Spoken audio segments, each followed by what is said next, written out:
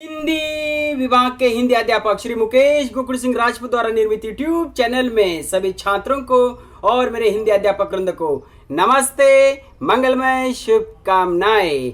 इस YouTube channel के माध्यम से हिंदी पाठों की जानकारी, हिंदी विषय में हिंदी पाठों की जानकारी ज़्यादा से ज़्यादा स्कूलों के छात्रों तक और मेरे हिंदी अध्यापक वृंद तक पहुंचाने का प्रामाणिक प्रयास करेंगे। तो दोस्तों, इस YouTube चैनल को देखने वाले, सुनने वाले मेरे सभी छात्रों को और मेरे हिंदी अध्यापक वृंद को और साथ ही साथ मेरे सभी अन्य अध्यापक वृंद को जरूर कहना चाहूँगा कि इस YouTube चैनल को लाइक करें, अपने दोस्तों के साथ शेयर करें, सब्सक्राइब करें और इस YouTube चैनल के लिंक को ज़्यादा से ज़्यादा शेयर करें। और हाँ दोस्तों, मेरा वीडियो आप लोगों को कैसे लगा इस बारे में जरूर कमेंट करें। तो चलिए दोस्तों, आज के सत्र में हम हिंदी लोक भारती कक्षा 10वीं की पहली इकाई का तीसरा पाठ, जिसका नाम है वाह रे हमदर्द।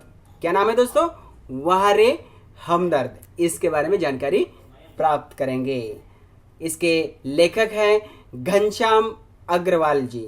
तो चलिए दोस्तों, लेखक घनश्याम अग्रवाल जी का संक्षिप्त परिचय अगले टॉपिक में हम प्राप्त करेंगे। वह इस प्रकार, अपने लेखन में हास्य व्यंग्य की गंगा, जमुना और सरस्वती की धारा प्रवाहित करने वाले घनश्याम अग्रवाल जी का जन्म 1942 को महाराष्ट्र राज्य के अकोला शहर में हुआ। जब वे पढ़ते थे उसी समय से लेखन में उनकी रुचि विकसित हुई। अपने आजू बाजू की स्थिति, प्रसंग या घटना में हास्य खोज कर उसे धारदार व्यंग्य में बदलना आपके लेखन की महत्वपूर्ण विशेषता है। आप लेखक के साथ साथ अखिल भारतीय मंचों पर हास्य व्यंग्य कवि के रूप में लोकप्रिय है। आपकी प्रमुख कृतियाँ हंसी घर के आईने, यह हास्य व्यंग्य है। आज़ादी की धूम, आई एम सॉरी, यह हास्य कविता संग्रह है। अपने अपने सपने, यह लघु कथा संग्रह है आदि इनकी रचना है। तो दोस्तों, यह संक्षिप्त परिचय था। अब अगले टॉपिक में हम गद्य मतलब अपने वाह रे हमदर्द पाठ संबंधी प्रस्तावना, विषय प्रवेश इस प्रकार। दोस्तों, वाह रे हमदर्द लेखक घनश्याम अग्रवाल द्वारा लिखित हास्य व्यंग्य पर आधारित निबंध है। किसी दुर्घटना के कारण मनुष्य को अस्पताल में भर्ती होना पड़ता है। मरीज को देखने के लिए सगे संबंधी, मित्र, परिवार के लोग जाते हैं क्योंकि मरीज का ध्यान दुख से हट जाए। लेकिन कुछ मिलने वाले लोग ऐसे होते हैं जो मरीज के लिए परेशानी का कारण बन जाते हैं। प्रस्तुत हास्य व्यंग्य निबंध में लेखक ने दुर्घटना के माध्यम से विनोद को बड़े ही रोचक ढंग से व्यक्त करते हुए हमदर्दी भी कभी कभी किस प्रकार पीड़ादायी बन जाती है, यही बात को सुंदर तरीके से दर्शाया गया है वाह रे हमदर्द इस पाठ में। तो चलिए दोस्तों, यह था विषय प्रवेश। अब हम अगले टॉपिक में पाठ के पंक्तियों का मुखरवाचन करते हुए उसमें आए हुए कठिन शब्दों के अर्थ, मुहावरों का अर्थ और साथ ही साथ पैराग्राफ या पंक्तियों का सरल अर्थ समझने का प्रयास करेंगे। यदि आप लोग कक्षा 10वीं की हिंदी की किताब साथ में लेकर बैठते तो और भी अच्छी बात है। आपकी जानकारी के लिए पाठ्य पुस्तक पृष्ठ क्रमांक 10, इसके ऊपर पहली इकाई का तीसरे नंबर का पाठ, जिसका नाम है वाह रे हमदर्द, जिसे लिखा है घनश्याम अग्रवाल जी ने।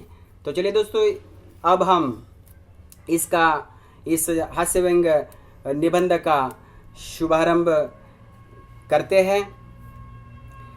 इसमें सबसे पहले हम पहला पैराग्राफ लेते हैं। उसमें उस दिन जब मैं, इस पंक्ति से लेकर तो मेरी तरफ दौड़े, यहाँ तक की पंक्तियों का मुखरवाचन करेंगे इस पैराग्राफ का, और फिर उसमें आए हुए कठिन शब्द, साथ ही साथ मुहावरा और सरल अर्थ को समझ लेंगे।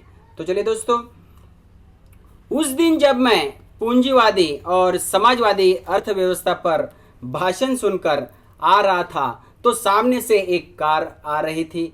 भाषण के प्रभाव से मेरी साइकिल को अधिक जोश आया या कार को गुस्सा अधिक आया, यह मैं निश्चित रूप से नहीं कह सकता, किंतु मेरी साइकिल और वह कार जब करीब आए तो विरोधियों की तरह एक दूसरे को घृणा की नजरों से देखते हुए आपस में जा भिड़े।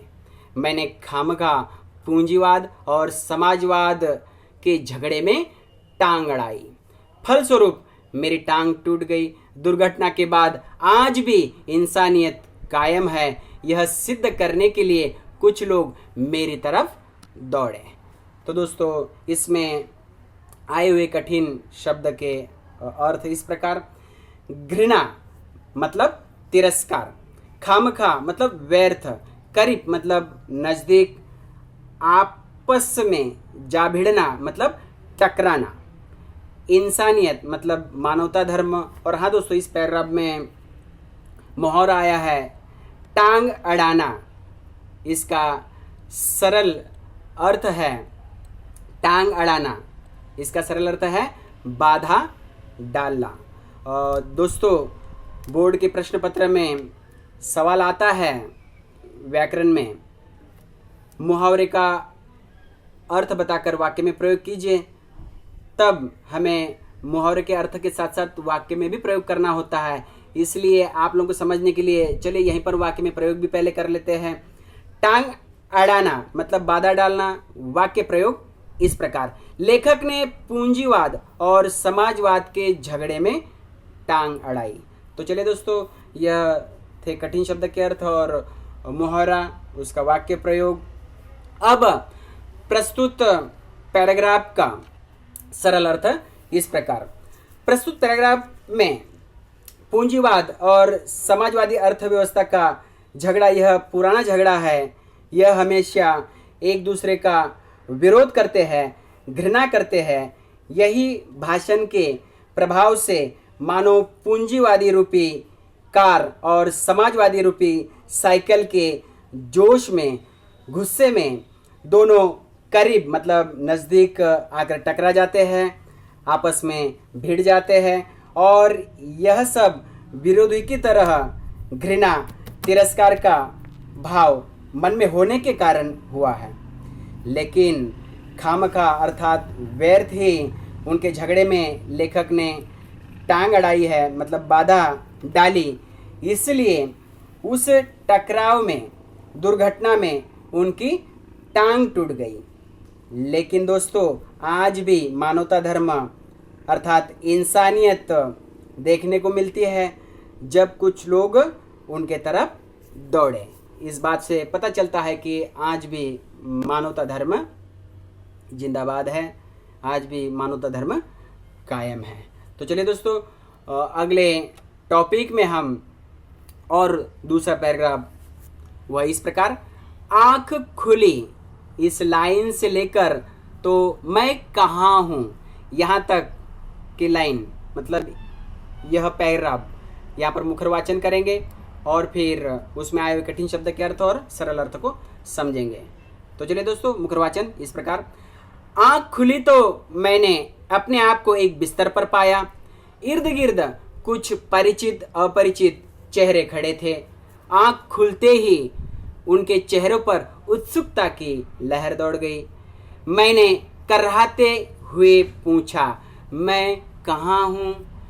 मैंने कर्राते हुए अर्थात जैसे तबीयत बिगड़ जाती है तब देखिए इंसान कर्राता है ना, ऐसे। हाँ, तो मैंने कर्राते हुए पूछा, मैं कहाँ हूँ? तो चलिए दोस्तों, इसमें आए हुए कठिन शब्द के अर्थ इस प्रकार: इर्द गिर्द, इसका मतलब आजू बाजू, परिचित मतलब पहचान वाले, अपरिचित मतलब बिना पहचान वाले, उत्सुकता मतलब आनंद। आगे दोस्तों, इस पैराग्राफ का सरल अर्थ है, इन लाइनों का सरल अर्थ है इस प्रकार। प्रस्तुत इन पंक्तियों में दुर्घटनाग्रस्त लेखक को अस्पताल में लेकर आए हैं। लेखक की जब आंखें खुलती हैं तो सभी परिचित मतलब जान पहचान वाले और अपरिचित मतलब उनको जानते नहीं ऐसे सभी लोगों के चेहरे पर आनंद की लहर दौड़ पड़ती है, प्रसन्न हो जाते हैं। क्यों? क्योंकि सब लोग देखते हैं कि लेखक को होश आ गया है, इसलिए सभी आनंदित हो जाते हैं। और यहाँ पर लेखक उन सब को सवाल करते हैं कि मैं कहाँ हूँ, और वो भी कैसे कराते हुए मैं कहाँ हूँ। तो इस प्रकार दोस्तों यह सरल अर्थ था इस पैराग्राफ का। अब हम अगले टॉपिक में अगला पैराग्राफ देखते हैं, वह इस प्रकार। आप सार्वजनिक, इस लाइन से लेकर तो भर्ती होना दुर्घटना, आप सार्वजनिक तो भर्ती होना दुर्घटना, यहाँ तक कि लाइन का यह पैराग्राफ का पहले मुखर वाचन करते हैं और उसमें आए हुए कठिन शब्द के अर्थ और सरल अर्थ को समझते हैं। तो दोस्तों मुखर वाचन इस प्रकार। आप सार्वजनिक अस्पताल के प्राइवेट वार्ड में हैं। आपका एक्सीडेंट हो गया था, सिर्फ पैर का फ्रैक्चर हुआ है, अब घबराने की कोई बात नहीं। एक चेहरा इतनी तेजी से जवाब देता है, लगता है मेरे होश आने तक वह इसलिए रुका रहा। अब मैं अपनी टांगों की ओर देखता हूं। एक टांग अपनी जगह पर सही सलामत थी और दूसरी टांग रेत की थैली के सहारे एक स्टैंड पर लटक रही थी। मेरे दिमाग में एक नए मुहावरे का जन्म हुआ, टांग का टूटना, यानी सार्वजनिक अस्पताल में कुछ दिन रहना। सार्वजनिक अस्पताल का ख्याल आते ही मैं कांप उठा। अस्पताल वैसे ही एक खतरनाक शब्द होता है, फिर यदि उसके साथ सार्वजनिक शब्द चिपका हो तो समझो आत्मा से परमात्मा के मिलन होने के समय आ गया है। अब मुझे यूं लगा कि मेरी टांग टूटना मात्र एक घटना है और सार्वजनिक अस्पताल में भर्ती होना दुर्घटना। तो यह था दोस्तों मुख्य वाचन। इसमें इस पैराग्राफ में आए हुए कठिन शब्द के अर्थ इस प्रकार। प्राइवेट मतलब खांजगी, एक्सीडेंट मतलब दुर्घटना, फ्रैक्चर मतलब हड्डी टूटना, परमात्मा मतलब आत्मा के पिता। ये थे कठिन शब्द के अर्थ। तो चलिए दोस्तों अब हम अगले टॉपिक में हम यह जो पैराग्राफ है उसका कठिन जो कुछ शब्द है उसके साथ साथ इस पूरे पैराग्राफ का सरल अर्थ को समझते हैं। इन पंक्तियों में लेखक की टांग टूटने के कारण उनको सार्वजनिक मतलब जो सबके लिए होता है ऐसे अस्पताल के प्राइवेट अर्थात खाजगी वार्ड विभाग में डाला गया है, भर्ती कराया है। एक्सीडेंट मतलब दुर्घटना में पैर की हड्डी टूटी है दोस्तों, अर्थात फ्रैक्चर हुआ है। ये बात बताने के लिए इंसानियत धर्म के नाते एक व्यक्ति रुका हुआ था। एक टांग जगह पर सही सलामत और दूसरी टांग रेत की थैली के सहारे एक स्टैंड पर लटक कर देखते हैं। तब उनके दिमाग में नया मुहावरे का जन्म होता है। टांग का टूटना मतलब सार्वजनिक अस्पताल में कुछ दिन रहना। सार्वजनिक अस्पताल का विचार अर्थात ख्याल जब मन में आता है तब उनका मन कांप उठता है, अर्थात मन भयभीत हो जाता है लेखक का। अस्पताल शब्द एक खतरनाक शब्द है और उसमें यदि सार्वजनिक शब्द लग गया तो समझो आत्मा का परमात्मा मतलब आत्मा के पिताजी से मिलने का समय आ गया है, ऐसे समझना चाहिए। अर्थात मृत्यु का समय जो है वह नजदीक आ गया है। ऐसा दृश्य देखकर लेखक को लगा कि मेरी टांग टूटना सिर्फ एक घटना मानते हैं और जहां टांग पर इलाज हो रहा है ऐसे अस्पताल को अच्छा मानना चाहिए, लेकिन वह सार्वजनिक अस्पताल होने के कारण उसे लेखक दुर्घटना मानते हैं। अर्थात सार्वजनिक अस्पताल की हालत पर यहाँ पर व्यंग्य कसा है। तो ये था दोस्तों सरल अर्थ। अब अगले टॉपिक में हम पैराग्राफ लेते हैं। टांग से ज्यादा फिक्र, ये लाइन से लेकर तो दूसरी टांग भी टूट गई, ये लाइन तक का पैराग्राफ यहाँ पर हम लेते हैं। उसका मुखर वाचन इस प्रकार। टांग से ज्यादा फिक्र मुझे उन लोगों की हुई जो हमदर्दी जताने मुझसे मिलने आएंगे। ये मिलने जुलने वाले कई बार इतने अधिक आते हैं और कभी कभी इतना परेशान करते हैं कि मरीज का आराम हराम हो जाता है। मरीज का आराम कैसे हो जाता है दोस्तों? हराम हो जाता है। जिसकी मरीज को खास जरूरत होती है। जनरल वार्ड का तो एक नियम होता है कि आप मरीज को एक निश्चित समय पर आकर ही तकलीफ दे सकते हैं, किंतु प्राइवेट वार्ड यह तो एक खुला निमंत्रण है कि हे मेरे परिचितों, रिश्तेदारों, मित्रों, आओ, जब जी चाहे आओ, चाहे जितनी देर रुको, समय का कोई बंधन नहीं। अपने सारे बदले लेने का यही वक्त है। बदले का बदला और हमदर्दी की हमदर्दी। मिलने वालों का ख्याल आते ही मुझे लगा मेरी दूसरी टांग भी टूट गई। तो चलिए दोस्तों, ये था पैराग्राफ का मुखरवाचन। अब इसमें आए हुए कठिन शब्द के अर्थ इस प्रकार। हमदर्दी मतलब सहानुभूति। हमदर्दी मतलब दोस्तों क्या? सहानुभूति। फिक्र मतलब चिंता। जनरल वार्ड मतलब सबके लिए है ऐसा वार्ड या विभाग। प्राइवेट वार्ड मतलब सिर्फ एक व्यक्ति के लिए है ऐसा वार्ड।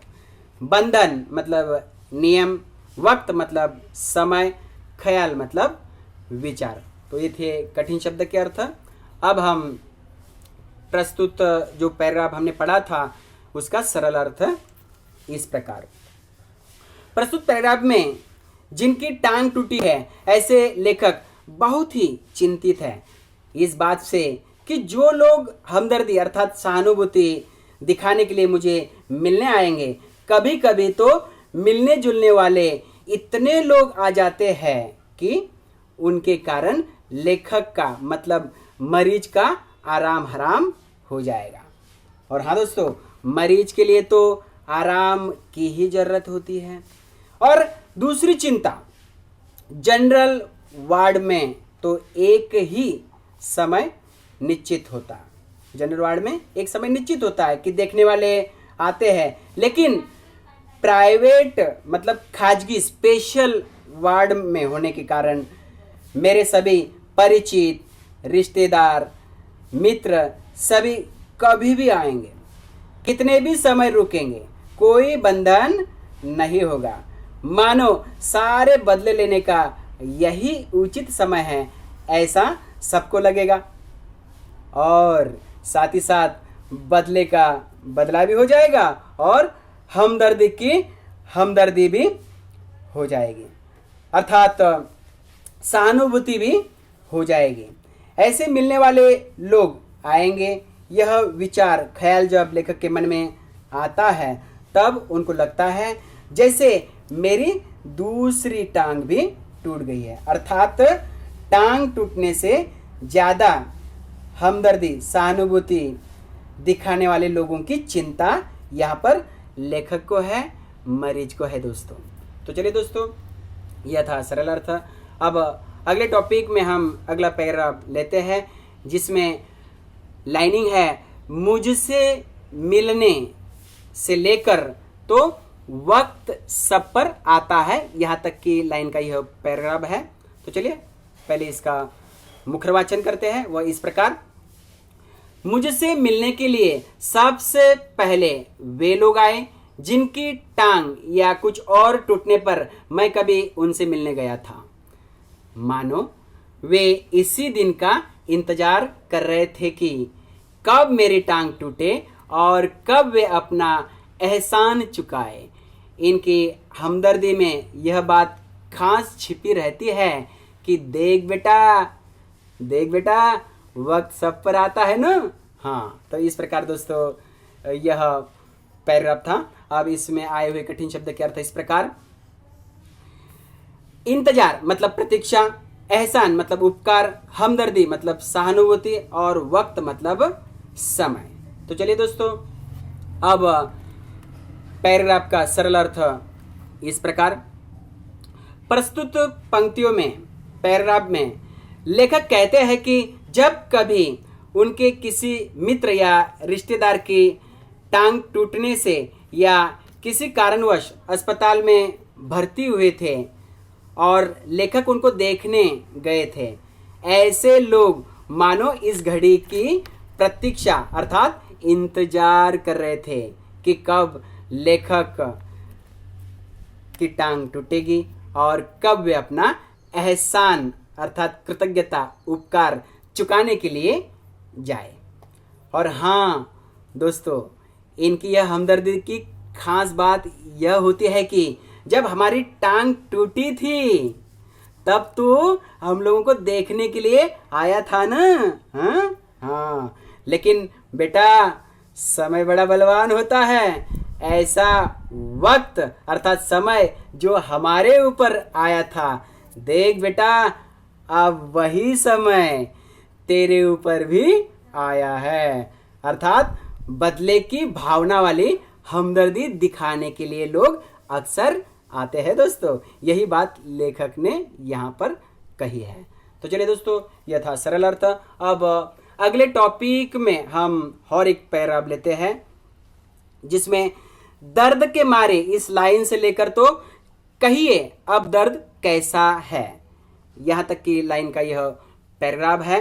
पहले उसका मुखर वाचन करते हैं, फिर उसके कठिन शब्द और सरल अर्थ को समझेंगे। तो चलिए मुखर वाचन इस प्रकार। दर्द के मारे एक तो मरीज को वैसे ही नींद नहीं आती, यदि थोड़ी बहुत आ भी जाए तो मिलने वाले जगा देते हैं। खास कर वे लोग जो सिर्फ औपचारिकता निभाते हैं, इन्हें मरीज से हमदर्दी नहीं होती, ये सिर्फ सूरत दिखाने आते हैं। ऐसे में एक दिन मैंने तय किया कि आज कोई भी आए मैं आंख नहीं खोलूंगा, चुपचाप पड़ा रहूंगा। ऑफिस के बड़े बाबू आए और मुझे सोया जानकर वापस जाने के बजाय वे सोचने लगे कि यदि मैंने उन्हें नहीं देखा तो कैसे पता चलेगा कि वे मिलने आए थे।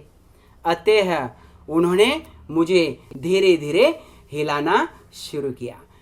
फिर भी जब आंखें नहीं खुली तो उन्होंने मेरी टांग के टूटे हिस्से को जोर से दबाया। मैंने दर्द के मारे कुछ चीखते हुए जब आंख खोली तो वे मुस्कुराते हुए बोले कहिए अब दर्द कैसा है, कहिए अब दर्द कैसा है। तो दोस्तों ये था मुखर वाचन। इसमें आए हुए कठिन शब्द के अर्थ इस प्रकार। औपचारिकता मतलब दिखावा, दर्द मतलब पीड़ा, सूरत दिखाना मतलब चेहरा दिखाना, बड़े बाबू मतलब साहब, जैसे ऑफिस में साहब होते हैं ना बड़े साहब वैसे, चीखना मतलब चिल्लाना, मुस्कुराना मतलब हंसना ऐसे। तो चलिए दोस्तों, ये थे कठिन शब्द के अर्थ। अब इस पैराग्राफ का सरल अर्थ इस प्रकार।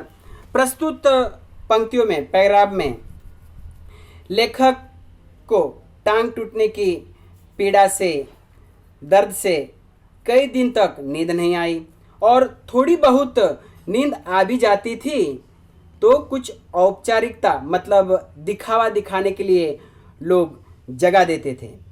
ऐसे ही लोगों के मन में मरीज के बारे में हमदर्दी, ऐसे लोगों के मन में मरीज के बारे में हमदर्दी दोस्तों बिल्कुल नहीं होती है। सिर्फ अपना चेहरा मतलब सूरत दिखाने के लिए आते हैं ऐसे लोग। इसलिए लेखक ने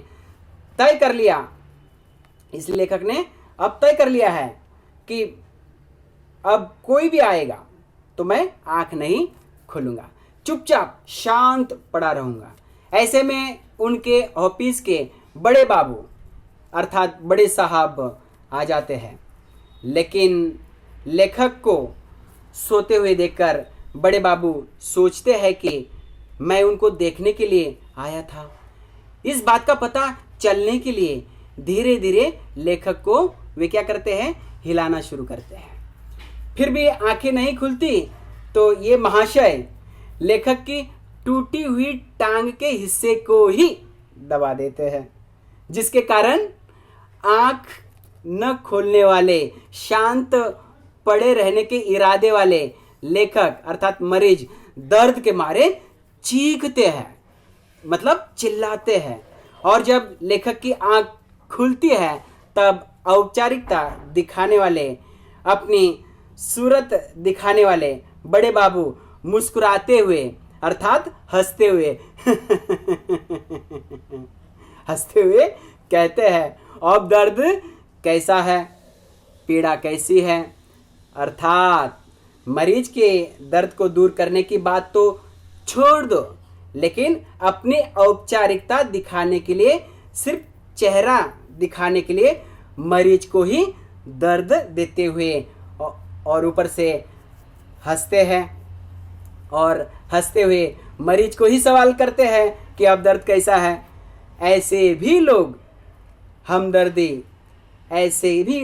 हमदर्दी आज के युग में देखने वाले को मिलते हैं। तो दोस्तों इस प्रकार से न जाने कई प्रकार के लोग आ जाते, कैसे कैसे लोग आ जाते हैं, यही बात यहाँ पर लेखक ने, मरीज ने कही है। तो चलिए दोस्तों अगले टॉपिक में हम अगला पैराग्राफ लेते हैं। अगले पैराग्राफ में मोहल्ले वाले, इस लाइन से लेकर तो कांप गया, यहाँ तक का यह पैराग्राफ है दोस्तों। तो चलिए इसका मुखर वाचन इस प्रकार, मोहल्ले वाले अपने फुर्सत से आते हैं। उस दिन जब सोनाबाई अपने 4 बच्चों के साथ आई तो मुझे लगा कि आज फिर कोई दुर्घटना होगी। आते ही उन्होंने मेरी ओर इशारा करते हुए बच्चों से कहा, ये देखो चाचा जी। उनका अंदाज कुछ ऐसा था जैसे चिड़ियाघर दिखाते हुए बच्चों से कहा जाता है, ये देखो बंदर। बच्चे खेलने लगे, एक कुर्सी पर चढ़ा तो दूसरा मेज पर। सोनाबाई की छोटी लड़की दवा की शीशी लेकर कथकली डांस करने लगी। रफ रफ की आवाज़ ने मेरा ध्यान बटाया। क्या देखता हूँ कि सोनाबाई का एक लड़का मेरी टांग के साथ लटक रही रेती की थैली पर बॉक्सिंग की प्रैक्टिस कर रहा है। मैं इसके पहले कि उसे मना करता, सोनाबाई की लड़की ने दवा की शीशी पटक दी। सोनाबाई ने एक पल लड़की को घूरा, फिर हंसते हुए बोले, भैया पेड़े खिलाओ, दवा गिरना शुभ होता है। दवा गई समझो बीमारी गई। इसके 2 घंटे बाद सोनाबाई गई, यह कहकर कि फिर आऊंगी। मैं भीतर तक कांप गया। तो दोस्तों इस प्रकार यह पैराग्राफ था। इसमें आए हुए कठिन शब्द के अर्थ इस प्रकार, मोहल्ले वाले मतलब गली वाले, चाचा मतलब मराठी में जिसे हम काका कहते हैं ना, हाँ वही। चिड़ियाघर मतलब जंगली पशु पक्षियों को रखा जाता है ऐसा घर या जगह। बहुत बार देखिए दोस्तों चिड़ियाघर देखने के लिए भी जाते हैं। शीशी मतलब बाटली या बोतल, डांस मतलब नृत्य, बॉक्सिंग मतलब मुक्केबाजी का खेल, बॉक्सिंग ऐसे बॉक्सिंग खेलते हैं ना, हाँ हाँ। पटक देना मतलब फोड़ देना, घूरना मतलब गुस्से से देखना, कांप गया मतलब भयभीत होना। तो ये थे दोस्तों कठिन शब्द के अर्थ। अब इस पैराग्राफ का सरल अर्थ को समझते हैं। तो दोस्तों इस पैराग्राफ में लेखक ने मोहल्ले वाले विशेषकर सोनाबाई और उसके बच्चों का अनुभव कथित करते हुए कहते हैं कि किस प्रकार मोहल्ले वाले अपनी फुर्सत मतलब सुविधा के अनुसार हमदर्दी जताने के लिए आते हैं। मोहल्ले वाले में सोनाबाई की बात और भी अलग है, जो अपने चार बच्चों के साथ लेखक को देखने जाती है। उसके आते ही लेखक के मन में ये बात पक्की हो गई कि आज जरूर कोई दूसरी दुर्घटना होगी। मेरे प्राइवेट वार्ड में आते ही उसने चारों बच्चों को लेखक की ओर इशारा करते हुए कहा, ये देखो आपके चाचा जी। सोनाबाई का कहने का अंदाज बिल्कुल अलग था, जैसे सोनाबाई अपने चारों बच्चों को चिड़ियाघर मतलब जंगली पशु पक्षियों को रखा जाता है ऐसा घर या जगह दिखाने के लिए लाई है, और बच्चों से कहती है, ये देखो बंदर। क्या कहती है? ये देखो बंदर, अर्थात मानो मरीज को नहीं तो बंदर को दिखा रही है, ऐसा वहां पर दोस्तों लगता है। अर्थात लेखक मरीज नहीं तो चिड़ियाघर के बंदर है ऐसे दिखा रही है। दोस्तों सोनाबाई और उसके चारों बच्चों की बात यहाँ तक ही नहीं रुकती, तो आगे चारों बच्चे जब खेलने लगते हैं तब एक कुर्सी पर तो दूसरा मेज पर मतलब टेबल पर खेलने लगता है। और दोस्तों सोनाबाई की जो लड़की थी ना, हाँ लड़की, तो लेखक अर्थात मरीज को डॉक्टर ने जो दवाई दी थी, ऐसी दवा की शीशी मतलब दवा की बोतल से ही उनकी लड़की खेलने लगती है। मराठी में जैसे औषध की बाटली बोलते ना, हाँ औषधाची बाटली, हाँ उससे ही उसकी लड़की जो है सोनाबाई की वो खेलने लगी है। और उसे उस बोतल को लेकर वह कथकली नृत्य अर्थात डांस करने लगी है। और दोस्तों सोनाबाई का एक लड़का तो लेखक की अर्थात मरीज की टांग के साथ लटक रही रेत की थैली पर ही बॉक्सिंग मतलब मुक्केबाजी की प्रैक्टिस करने लगा। लेखक आगे कहते हैं कि मैं उनको मना करता उसके पहले ही दवा की शीशी लेकर कथकली नृत्य कर रही है लड़की ने दवा की शीशी पटक दी मतलब फोड़ दी। शीशी में भरी दवा जमीन पर गिर जाती है। यह दृश्य देखकर सोनाबाई एक पल अर्थात क्षण भर के लिए लड़की की ओर घूरती है मतलब देखती है, गुस्सा करती है, लेकिन उस बात को संवारने की कोशिश करते हुए थोड़ा हंसती है और बोलती है, भैया पेड़े खिलाओ, दवा गिरना शुभ होता है अर्थात अच्छा होता है, दवा गई समझो बीमारी गई। इस प्रकार लड़की से हुई गलती को संवार लेती है। इस प्रकार सोनाबाई और उसके चारों बच्चे मरीज अर्थात लेखक को देखने के लिए आए थे। लगभग 2 घंटे तक वहां पर रुके। लेखक का दर्द तो दूर किया नहीं, उल्टा लेखक मतलब मरीज सोनाबाई और उसके चारों बच्चों से परेशान हो गए। और जाते जाते वह जब मरीज को कहती है कि मैं फिर से आऊंगी, यह सुनकर तो लेखक मतलब मरीज भीतर से ही कांप उठते हैं दोस्तों, भयभीत हो जाते हैं। तो दोस्तों यह बहुत रोमांचक बढ़िया अनुभव यहाँ पर सुनाया है हमदर्दी जताने वाले का। तो चलिए अब अगले टॉपिक में अगला पैराग्राफ देखते हैं। इसमें कुछ लोग तो औपचारिकता इस पंक्ति से लेकर तो पैसे दे दिए थे। यहाँ तक कि पंक्तियों वाला यह पैराग्राफ का पहले मुखर वाचन करते हैं, वह इस प्रकार। कुछ लोग तो औपचारिकता निभाने की हद कर देते हैं, विशेषकर वे रिश्तेदार जो दूसरे गांव से मिलने आते हैं। ऐसे में एक दिन एक टैक्सी कमरे के सामने आकर रुकी। उसमें से निकलकर एक आदमी आते ही मेरी छाती पर सिर रखकर औंधा पड़े रोने लगा और कहने लगा, हाय तुम्हें क्या हो गया, हाय तुम्हें क्या हो गया, कार वालों का सत्यानाश हो, कार वालों का सत्यानाश हो। मैंने दिल में कहा कि मुझे जो हुआ सो हुआ, पर तू क्यों रोता है, तुझे क्या हुआ? वह थोड़ी देर मेरी छाती में मुंह गड़ाए रोता रहा। फिर रोना कुछ कम हुआ। उसने मेरी छाती से गर्दन हटाई और जब मुझसे आंख मिलाई तो एकदम चुप हो गया। फिर धीरे से हंसते हुए बोला, माफ करना, मैं गलत कमरे में आ गया था। आजकल लोग ठीक से बताते भी तो नहीं। गुप्ता जी का कमरा शायद बगल में है। अच्छा भाई, माफ करना, कहकर वह चला गया। अब वही रोने की आवाज मुझे पड़ोस के कमरे से सुनाई पड़ी।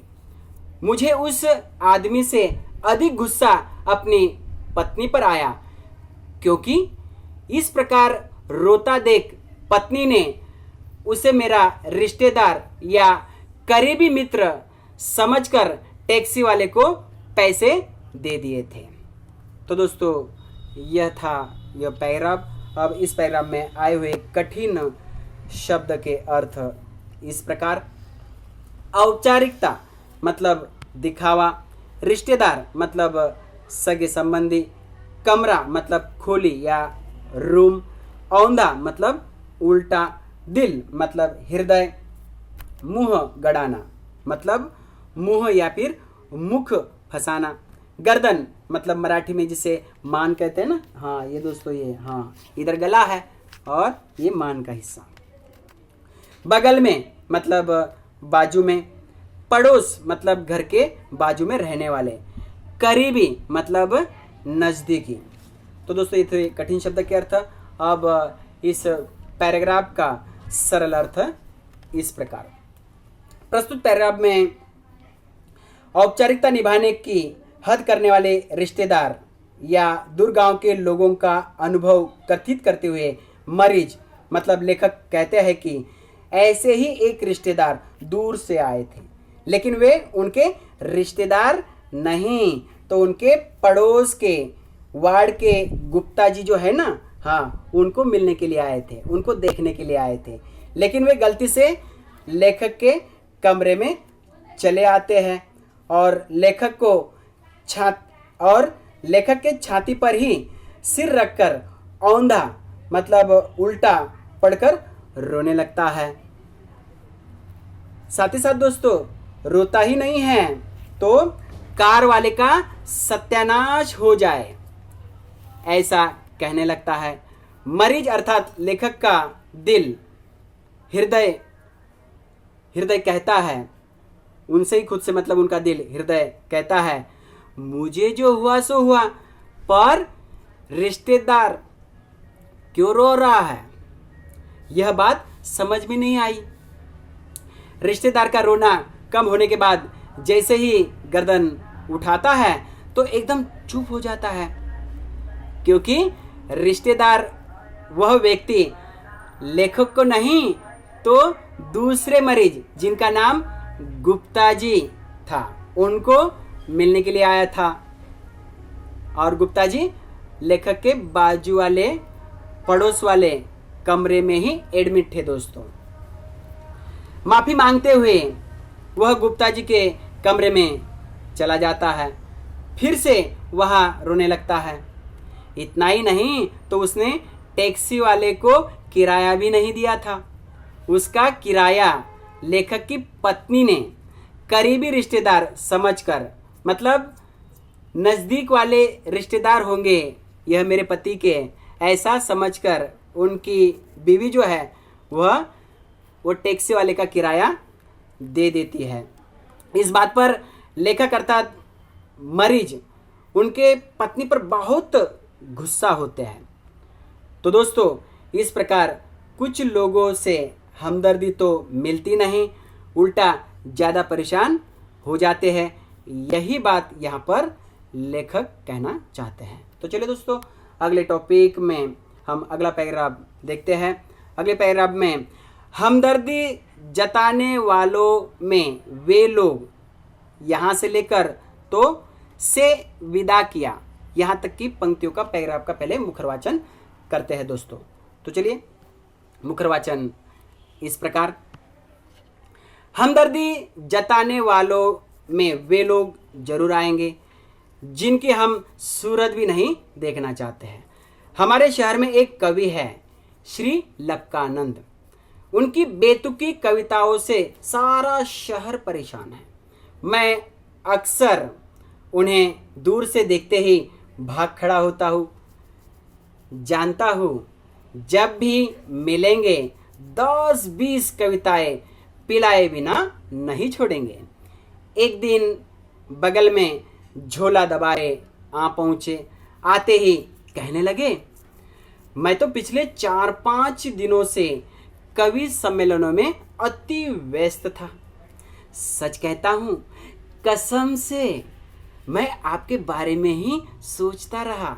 रात भर मुझे नींद नहीं आई और हाँ, रात को इसी संदर्भ में यह कविता बनाई। यह कहकर झोले से डायरी निकाली और लगे सुनाने।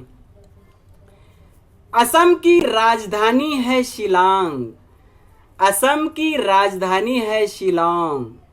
मेरे दोस्त की टूट गई है टांग, मेरे दोस्त की टूट गई है टांग।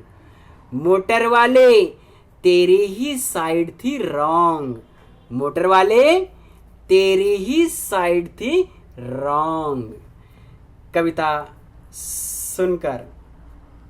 कविता सुनाकर वे मुझे ऐसे देख रहे थे मानो उनकी एक आंख पूछ रही हो, कहो कविता कैसी रही, और दूसरी आंख पूछ रही हो, बोल बेटा अब भी मुझसे भागेगा। दूसरी आंख क्या बोल रही थी दोस्तों? बोल बेटा अब भी मुझसे भागेगा। मैंने जल्दी से चाय पिलाई और फिर कविताएं सुनने का वादा कर बड़ी मुश्किल से विदा किया। तो दोस्तों, यह था मुखरवाचन। अब इसमें आए हुए कठिन शब्द के अर्थ इस प्रकार। सूरत मतलब चेहरा, बेतुकी मतलब जिसकी कोई तुक न हो, मतलब बेढब आवाज भी बोलेंगे उसे, जिसमें कोई सुर नहीं है, ऐसी आवाज। अक्सर अर्थात हमेशा। विदा करना मतलब भेजना।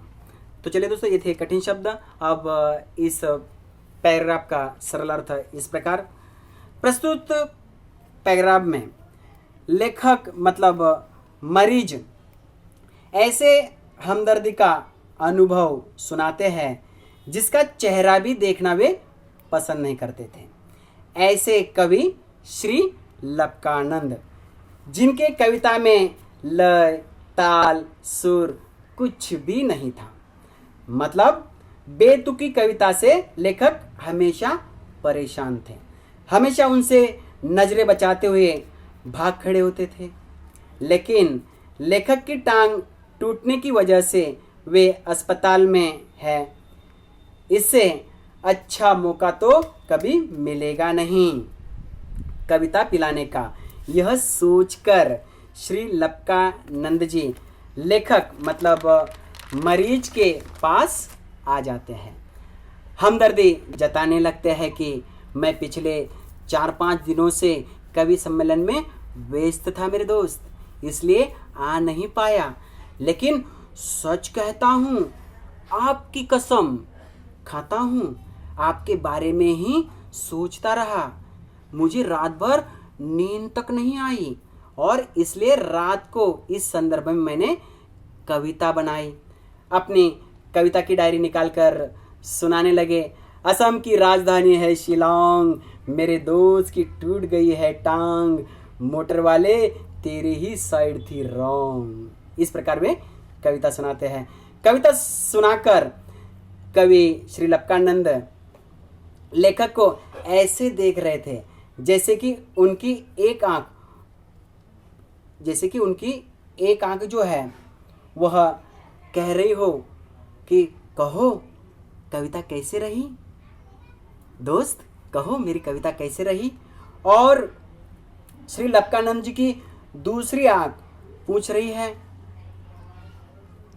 क्या पूछ रही है दोस्तों?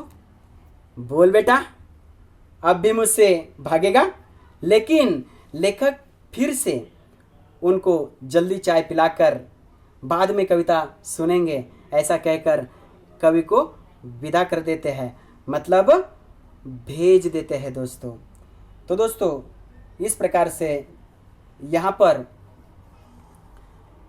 जो पाठ है वह, हाँ तो दोस्तों इस पाठ का आखिरी पैराग्राफ इस प्रकार, यहाँ पर लाइन है पैराग्राफ की, अब मैं रोज ईश्वर से, ये लाइन से लेकर तो हमदर्दी जताने वाले यहाँ तक की लाइन का मुखर वाचन पैराग्राफ का करते हैं पहले।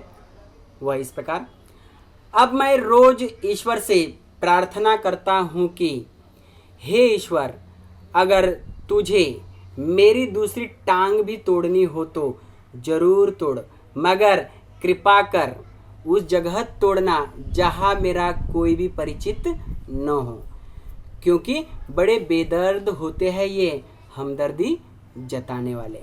तो दोस्तों यह था आखिरी पैराग्राफ। अब इसका सरल अर्थ इस प्रकार, इस पैराग्राफ में लेखक अर्थात मरीज को हमदर्दी दिखाने वालों में से जो परेशानी झेलनी पड़ी, ऐसी परेशानी जीवन में कभी ना आए, इसलिए लेखक रोज ईश्वर से प्रार्थना करते हैं कि हे ईश्वर भगवंत, अगर तुझे मेरी दूसरी टांग तोड़नी हो तो जरूर तोड़, मगर मेरे ऊपर एक कृपा कर कि उस जगह दूसरी टांग तोड़ना जहां मेरा कोई भी परिचित मतलब जान पहचान वाला न हो, क्योंकि बड़े बेदर्द होते हैं ये हमदर्दी जताने वाले।